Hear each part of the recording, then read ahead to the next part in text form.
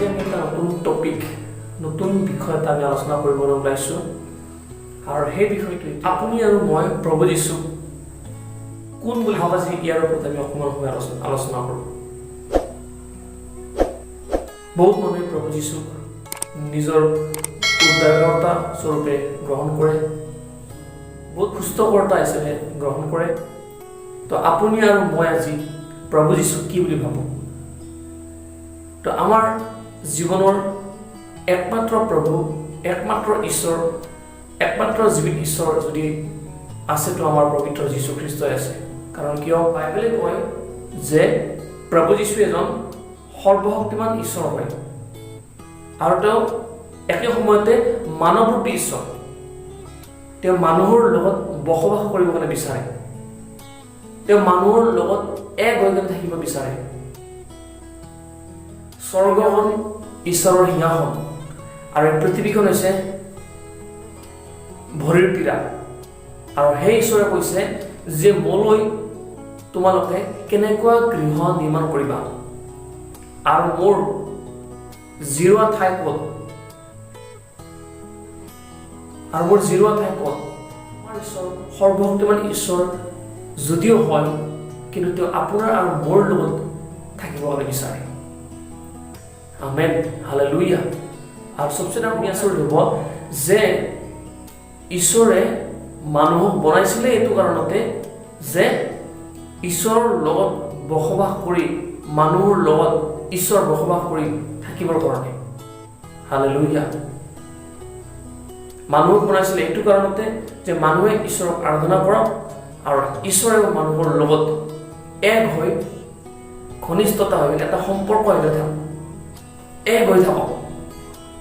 কিন্তু আজিৰ সেই মানুহ সকলো ধৰণৰ জাগতিক চিন্তা, জাগতিক ভাৱধাৰাৰ লগত মিলি গৈছে আৰু ঈশ্বৰক পাহৰি গৈছে। কিন্তু ঈশ্বৰে আপোনাক আৰু কেতিয়াও পাহৰা নাই, পাহৰি যোৱা নাই।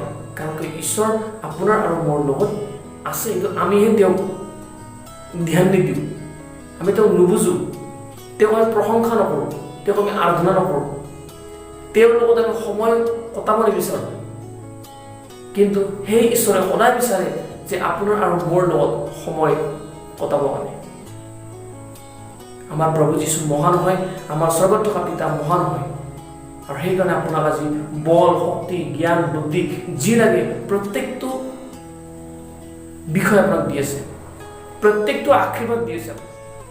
সেইকাৰণে এটা কথা আমি জানিব লাগিব আৰু বুজিব লাগিব যে প্ৰভু যীশু আপুনি কোন বুলি ভাবে। মোৰ জীৱনৰ পৰা মই আপোনালোকৰ আগত ক'ব বিচাৰিছোঁ, মই আপোনালোকৰ আগত ক'ব বিচাৰিছোঁ এই বিষয়টো যে মোৰ জীৱনৰ কাৰণে প্ৰভু যীশু মোৰ উদ্ধাৰকৰ্তা, প্ৰভু যীশু খ্ৰীষ্ট মোৰ ত্ৰাণকৰ্তা। আৰু আপোনালোকৰ কাৰণে কি হয় এই বিষয়টো আপোনালোকে এবাৰ ভাবি চাব। কিন্তু মোৰ কাৰণে প্ৰভু যীশু উদ্ধাৰকৰ্তা, মোৰ কাৰণে প্ৰভু যীশু ত্ৰাণকৰ্তা হয়। আৰু তাৰ লগতে মোৰ জীৱনটো সলনি কৰতা প্ৰভু যীশু হয়। মোৰ জীৱনটো সলনি কৰতা মানে পৰিৱৰ্তন কৰতা। এইটো নহয় যে মই আগতে হিন্দু আছিলোঁ আৰু এতিয়া মই খ্ৰীষ্টান হৈ গ'লোঁ, এই বিষয়টো নহয়। মোৰ জীৱন, যিটো মোৰ স্বভাৱ চৰিত্ৰ, যিমান মোৰ বেয়া থিংকিং আছিলে, এই সকলোবিলাক সলনি কৰতা মোৰ যীশু হয়। Hallelujah, Almighty. সৰ্বশক্তিমান হয় আমাৰ পবিত্ৰ যীশু। আৰু তাৰ লগতে ঈশ্বৰৰ বাক্যত কৈ আছে যে প্ৰভু পৰমেশ্বৰে, পবিত্ৰ যীশু খ্ৰীষ্টই আপোনাৰ আৰু মোৰ লগত থাকিব বিচাৰে। আৰু মানুহৰ যিটো জীৱন, মানুহৰ জীৱনৰ কাৰণে পোহৰ হৈছে প্ৰভু যীশু খ্ৰীষ্ট। আপোনাৰ আৰু মোৰ জীৱনৰ কাৰণে পোহৰ হৈছে প্ৰভু যীশু খ্ৰীষ্ট।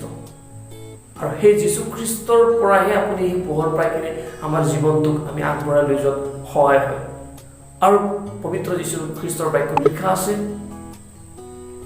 প্ৰভু যীশুৱে স্বৰ্গৰ পৰাই এই পৃথিৱীলৈ যেতিয়া আহিছিলে, তেওঁৰ লগত, সেই প্ৰভু যীশু খ্ৰীষ্টৰ লগত অনুগ্ৰহ আৰু সত্যতা লগত লৈ আহি আপোনাক আৰু মোক সেই অনুগ্ৰহ আৰু সেই সত্যতা দি দিছে।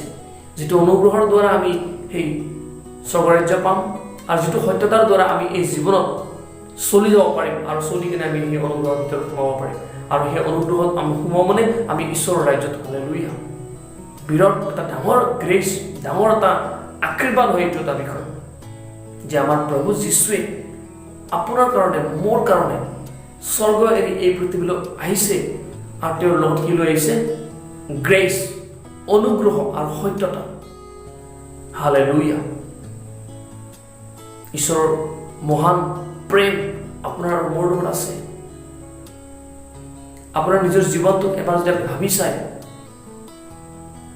যে আপোনাৰ জীৱনটো কেনেকৈ চলি আছে যোৱা দিনবিলাক কেনেকৈ চলি গ'ল আহি থকা দিনত কি হ'ব আমি একো পাৰ নাপাম কিন্তু এটা কথা যি গ'ল প্ৰভুৰ অনুগ্ৰহত গুচি গ'ল আৰু যি আহি আছে সেইটো ঈশ্বৰৰ প্ৰেমত ঈশ্বৰৰ অনুগ্ৰহত আমাৰ জীৱনলৈ আহি আছে সেইকাৰণে আমি এটা কথা ক'ব লাগিব আৰু এটা কথা অনুভৱ কৰিব লাগিব যে আমাৰ প্ৰভু যীশু আপোনাৰ আৰু মোৰ প্ৰভু যীশু আপোনাক আৰু মোক বহুত মৰম কৰে বহুত ভাল পায় আৰু তাৰ লগতে এটা কথা অনুভৱ কৰিব লাগিব আপুনি আৰু মই যে আমাৰ কাৰণে মোৰ কাৰণে প্ৰভু যীশু কোন হয় এক নম্বৰতে মোৰ কাৰণে প্ৰভু যীশু উদ্ধাৰকৰ্তা দুই নম্বৰতে মোৰ কাৰণে প্ৰভু যীশু এজন সৰ্বশক্তিমান ঈশ্বৰ হয় তিন নম্বৰতে মোৰ কাৰণে এজন প্ৰভু যীশু মোৰ জীৱনটো পৰিৱৰ্তন কৰোঁতা এজন ঈশ্বৰ হয় আৰু চাৰি নম্বৰতে মোৰ প্ৰভু যীশুৱে মোক বহুত প্ৰেম কৰে এই পৃথিৱীত থকা মানুহে যিমান প্ৰেম কৰে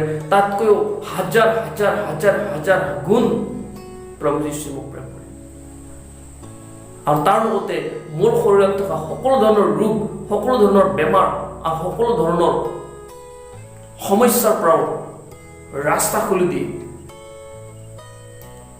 সত্যতাত আগবাঢ়ি যাবৰ কাৰণে এনেকুৱা নহয় যে আমাৰ জীৱনত একো সমস্যা নাই আমাৰ জীৱনত একো টকা পইচাৰ অভাৱ নাই এনেকুৱা নহয় আমাৰ জীৱনত সকলো অভাৱ আছে সকলো সমস্যাৰ অভাৱ আছে কিন্তু আমাৰ প্ৰভু যীশুৱে আপোনাক আৰু মোক কি কৰে সকলো ৰাস্তাটো খুলি দিয়ে যাতে আমি এই জীৱনত চলি যাবৰ কাৰণে সহায় হয় আৰু তাৰ লগতে ঈশ্বৰৰ সেই অনুগ্ৰহৰে পৰিপূৰ্ণ হাতখন আপোনাৰ আৰু মোৰ ওপৰত আছে হালেলুয়া হালেলুয়া আমি অনুভৱ কৰিব লাগে প্ৰভু যীশুৰ প্ৰেম আমি অনুভৱ কৰিব লাগে প্ৰভু যীশুৰ অনুগ্ৰহ যে কিমান আমাক দয়া কৰি আছে কিমান আমাক সহায় কৰি আছে কিমান আমাক তেওঁ ৰক্ষা কৰি আছে হালেলুয়া প্ৰভুৰ অনুগ্ৰহ আৰু শান্তি আনন্দ প্ৰেমটো ইমান ডাঙৰ প্ৰেম হয় আৰু প্ৰভু যীশুক আপুনি কি বুলি ভাবে নিশ্চয় বাইবেলখন পঢ়িলে আমি গম পাই যাব যে ঈশ্বৰৰ প্ৰেম কেনেকুৱা হয় হালেলুয়া প্ৰভু আপোনাক আশীৰ্বাদ কৰক